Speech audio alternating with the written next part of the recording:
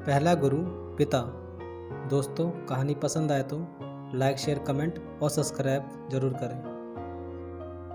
एक गांव में एक व्यक्ति रहता था जिसका नाम रामदास था, जिन्हें बहुत समय बाद एक पुत्र की प्राप्ति हुई थी। उसका नाम राहुल रखा गया। राहुल घर में सभी का दुलारा था। अति कठिनाई एवं लंबे समय के इंतजार के बाद संतान सुख मिलने पर घर के प्रत्येक व्यक्ति के मन में रामदास के पुत्र राहुल के प्रति विशेष लाड़ प्यार था, जिसने राहुल को बिगाड़ दिया था। घर में किसी भी बात का अभाव नहीं था। राहुल की मांग से पहले ही उसकी सभी इच्छाएं पूरी कर दी जाती थी। शायद इसी के कारण राहुल को ना सुनने की आदत नहीं थी और ना ही मेहनत के महत्व का आभास था। राहुल ने जीवन में कभी भी अभाव नहीं देखा था, इसलिए उसका नज़रिया जीवन के प्रति बहुत ही अलग था। और वहीं रामदास ने कड़ी मेहनत से इतना धन कमाया था। ढलती उम्र के साथ रामदास को अपने पुत्र के प्रति चिंता होने लगी थी।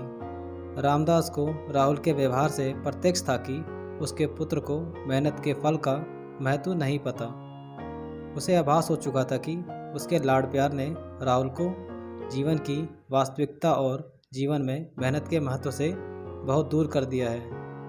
गहन चिंतन के बाद रामदास ने निश्चय किया कि वो राहुल को मेहनत के फल का महत्व स्वयं सिखाएंगे, चाहे उसके लिए उसे कठोर ही क्यों ना बनना पड़े। रामदास ने राहुल को अपने पास बुलाया और बहुत ही तीखे स्वर में उससे बात की।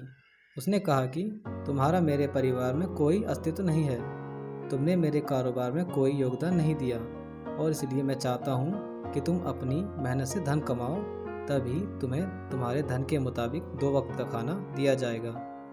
यह सुनकर राहुल को ज़्यादा कोई फर्क नहीं पड़ा।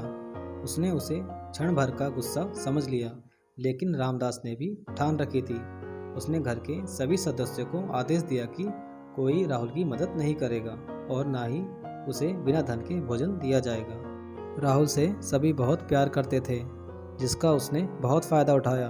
वो रोज़ किसी न किसी के पास जाकर धन मांग लाता और अपने पिता को दे देता, और रामदास उसे उन पैसों को नदी में फेंकने को बोलता, जिसे राहुल बिना किसी अड़चन के फेंक आता और उसे रोज़ भोजन मिल जाता। ऐसा कई दिनों तक चलता रहा, लेकिन अब घर के लोगों को रोज़ रोज़ के धन देना भारी पड़ने लगा। सभी उसे अपनी कन्नी काटने लगे, जिस कारण राहुल को मिलने वाला धन कम होने लगा और उस धन के हिसाब से उसका भोजन भी कम होने लगा। एक दिन राहुल को किसी ने धन नहीं दिया और उसने अपनी भूख को शांत करने के लिए गांव में जाकर कार्य करना पड़ा। उस दिन वो बहुत देर से थका हारा रामदास के पास पहुंचा और धन देकर भोजन मांगा।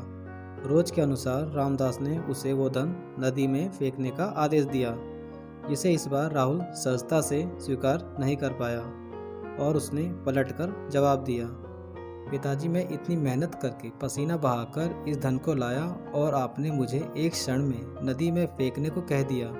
यह सुनकर रामदास समझ गया कि आज राहुल को मेहनत के फल का महत्व समझ आ गया है। रामदास भली भांति जानता था कि उसके परिवार वाले राहुल की मदद कर रहे हैं, तभी राहुल इतनी आसानी से धन नदी में डाल आता था। लेकिन उसे पता था एक ना एक दिन सभी परिवारजन राहुल से कन्नी काट लेंगे। उस दिन राहुल के पास कोई विकल्प शेष नहीं होगा। रामदास ने राहुल को गले लगा लिया और अपना सारा धन कारोबार उसे सौंप दिया। शिक्षा। आज के समय में उच्च वर्ग के परिवारों की संतानों को मेहनत के फल का महत्व पता नहीं होता और ऐसे में यह दायित्व उनके माता पिता का होता है कि वो अपने बच्चों को जीवन की वास्तविकता से अवगत कराएं। लक्ष्मी उसी घर में आती है जहां उसका सम्मान होता है। मेहनत ही एक ऐसा हथियार है जो मनुष्य को किसी भी परिस्थिति से बाहर ला सकता है। रामदास के पास इतना धन तो था कि राहुल और उसके आने वाली पीढ़ी बिना किसी मेहनत के जीवन आसानी से निकाल लेते। लेकिन अगर आज रामदास अपने पुत्र को मेहनत का महत्व नहीं बताता तो एक न एक दिन रामदास की आने वाली पीढ़ी रामदास को कोसती।